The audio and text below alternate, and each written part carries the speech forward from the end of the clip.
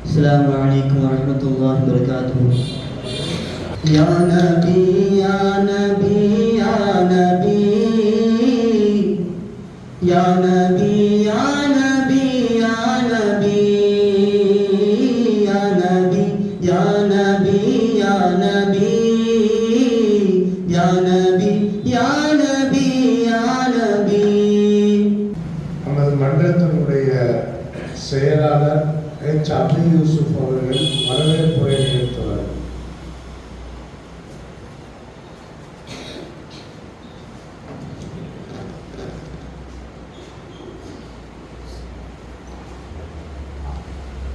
அஸ்ஸலாமு அலைக்கும் வரஹ்மத்துல்லாஹி வபரகாத்துஹு.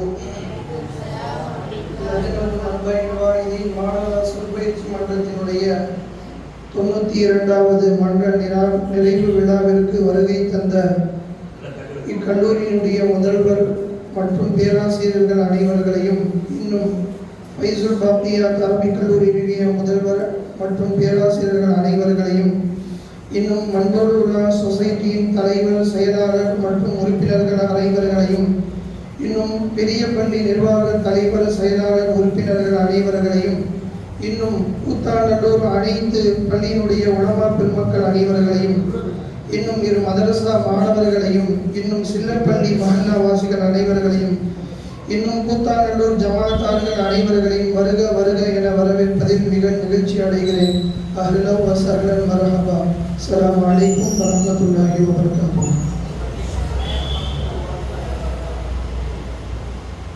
ஆரம்பமாக மாணவர்கள் உரை 4வது முறாவை சார்ந்த ஜே. முகமது ஹாரூன் அவர்கள்.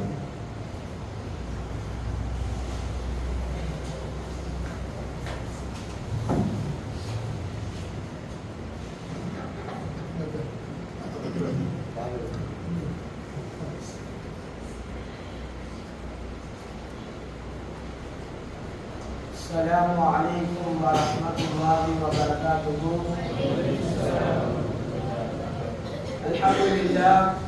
الحمد لله رب العالمين.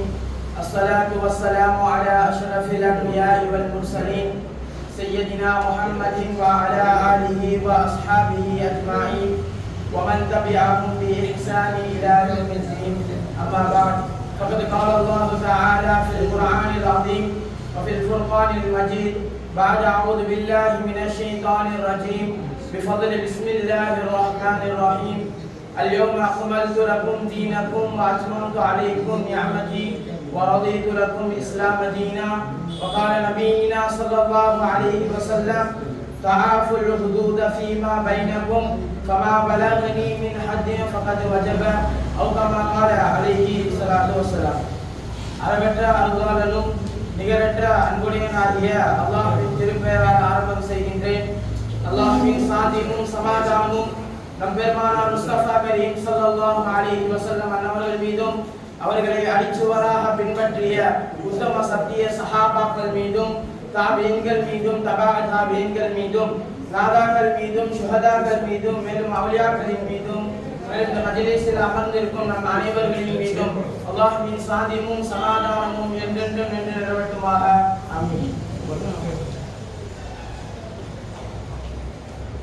கண்ணியத்திற்கும் பெரும் மதிப்பிற்கும் உரித்தான நமது அசர்குமார்கள் சிறப்பித்துக் கொண்டு தரும் சிறப்பு மிகு விழாவிலே எனக்கென கொடுக்கப்பட்ட தலைப்பு இறை சட்டமே நிறை சட்டம். நாம் வாழ்ந்து கொண்டிருக்கும் இந்த உலகம் என்பது ஒரு தனி மனிதனுடைய நிம்மதிக்கும் பாதுகாப்பிற்கும், ஒரு சமூகத்தினுடைய நிம்மதி இன்மைக்கும் இடையூறுகளை ஏற்படுத்தக்கூடியதாக ஆகியிருப்பதை நம்மால் பார்க்க முடியும்.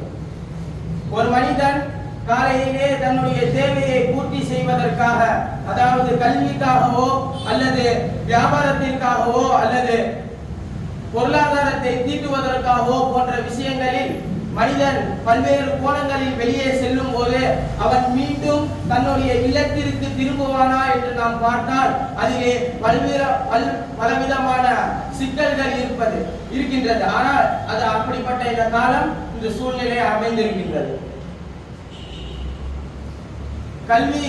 கல்வி கூடங்களிலே தொடங்கி வியாபார ரீதியாக நுழைந்து இந்த உலகத்திலே எத்தனை துறை இருக்கின்ற இருக்கின்றதோ அத்தகைய அனைத்திலேயும் ஏமாற்றுகின்ற, மோசடி செய்கின்ற, பிற மனிதனை கவலையில் ஆழ்த்துகின்ற போன்ற கொடும் செயல்கள் நாளொரு மேனியும் பொழுதொரு வண்ணமாக நடந்து கொண்டு இருக்கின்றது.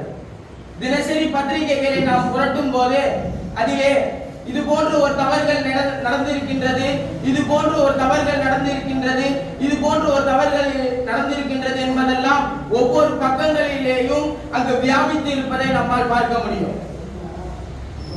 ஏனென்று சொன்னால் இந்த காலகட்டத்திலே ஒரு மனிதன் தன்னுடைய பொருளை ஒரு இடத்தில் இருந்து மற்றொரு இடத்திற்கு மாற்றுவதற்கு பயன்படுகின்றான். காரணம், அவன் திருடர்களுடைய பிடியில் சிக்கிவிடுவோமோ என்று எண்ணுகின்றான். இந்த காலத்தினுடைய சூழ்நிலை அந்த மாதிரி அமைந்திருக்கின்றது. ஒரு சமூகத்தினுடைய அமைதி எப்போது நமக்கு முழுமையாக கிடைக்கும் என்று சொன்னால் அந்த சமூகத்தில் இருக்கக்கூடிய மக்களினுடைய உயிர்களுக்கும் உடைமைகளுக்கும் பாதுகாப்பு இருந்தால் மட்டும்தான் அந்த சமூகத்தினுடைய அமைதி என்பது என்றும் நீடித்திருக்கும். பெருமானார் ஸல்லல்லாஹு அலைஹி வஸல்லம் அவர்கள் அன்னாருடைய காலகட்டத்திலே உயர்ந்த குலத்தை சார்ந்த ஒரு பெண்மணி திருடிவிட்டார். பெருமானார் ஸல்லல்லாஹு அலைஹி வஸல்லம் அவர்களிடத்திலே அவர்களை கூட்டு வரப்பட்டது. அவர்களுக்கு தண்டனையை நிறைவேற்றப்படும் போது இந்த உயர்ந்த குலத்தை சார்ந்த பெண்மணி தண்டிக்கப்பட்டால் நம்முடைய குலத்திற்கு அவமானம் ஆகிவிடும் என்பதற்காக அந்த குலத்தை சார்ந்தவர்கள் பெருமானார் ஸல்லல்லாஹு அலைஹி வஸல்லம் அவர்களிடத்திலே சிபாரிசு செய்வதற்காக யாரையாவது அனுப்ப வேண்டும் என்று எண்ணுகின்றார்கள். பெருமானார் ஸல்லல்லாஹு அலைஹி வஸல்லம் அவர்களுக்கு மிகவும் நெருக்கமான உஸாமா இப்னு ஸைத் என்பவரை பெருமானார் ஸல்லல்லாஹு அலைஹி வஸல்லம் அவர்களிடத்திலே சிபாரிசு செய்ய அனுப்புகின்றார்கள். பெருமானாரிடத்திலே அந்த சிபாரிசு சொல்லும்போது பெருமானாரினுடைய முகம் சினத்தால் சிவந்து விட்டது. உஸாமா இப்னு ஸைதை பற்றி கேட்டார்கள், இறைவன் விதித்த இந்த சட்டத்தை நீ மாற்ற சொல்கின்றாயா? இந்த மனித சமுதாயம் உங்களுக்கு முன்னால் உள்ள அந்த மனித சமுதாயம் எப்படி அழிந்தது என்று சொன்னால் அதற்கான காரணம் அவர்களில் உயர்ந்தவர்கள் ஏதேனும் ஒரு தவறு செய்துவிட்டால் அதை மன்னித்து விடுவார்கள். அவர்களில் உள்ள தாழ்ந்தவர்கள் ஏதேனும் ஒரு தவறு செய்துவிட்டால் அதை அவர்களுக்கான தண்டனையை நிறைவேற்றி அவர்களை எந்த அளவிற்கு அவமானப்படுத்த முடியுமோ அந்த மாதிரி செய்ததனால் மட்டும்தான் உங்களுக்கு முன்பால் உள்ளவர்கள் அழிந்தார்கள் என்று பெருமானார் ஸல்லல்லாஹு அலைஹி வஸல்லம் அவர்கள் சொல்லிவிட்டு அந்த பெண்மணிக்கு தண்டனையை நிறைவேற்றினார். ஆனால் இக்காலகட்டத்திலே இந்த இந்திய தேசத்திலே வருடதோறும் சுமார் 7 லட்சம் பெண்மணிகள் பாலியல் வன்கொடுமையால் பாதிக்கப்படுகின்றார்கள். காரணம், இது மனித குலத்தினால் இயற்றப்பட்ட சட்டம் எதுவும் நிரந்தர சட்டமாக இருப்பதில்லை. அதுதான் உண்மை. எந்த ஒரு மனிதனாலும் இறைவன் படைத்த படைப்பாலும் நிரந்தர சட்டம் என்பதை கொண்டு வரவே முடியாது. அல்லாஹ் தஆலா குர்ஆனிலே கூறுகின்றான், வலா உஷ்ரிகு ஃபீ ஹுக்மிஹி அஹதா, நான் சட்டங்களை ஏற்றும் விஷயத்திலே யாரையும் கூட்டு சேர்த்துக் கொள்ள மாட்டேன் என்று அல்லாஹ் குர்ஆனிலே கூறுகின்றான். இந்த காலத்து மக்கள்கள்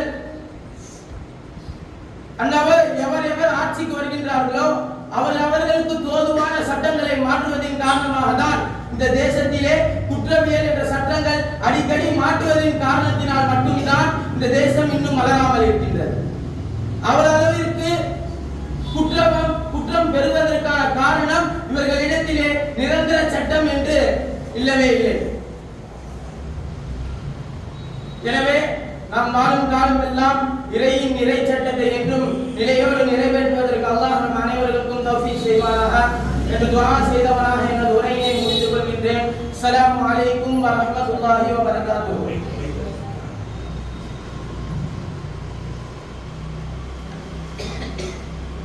அல்லாஹ் மாணவர் ஆரூன் அவர்களுடைய பேச்சாற்றலை மென்மேலும் வளரச் செய்து சமுதாயத்திற்கு சேவை செய்யக்கூடிய நல் பேச்சாற்றலை தந்தல் புரிவானாக.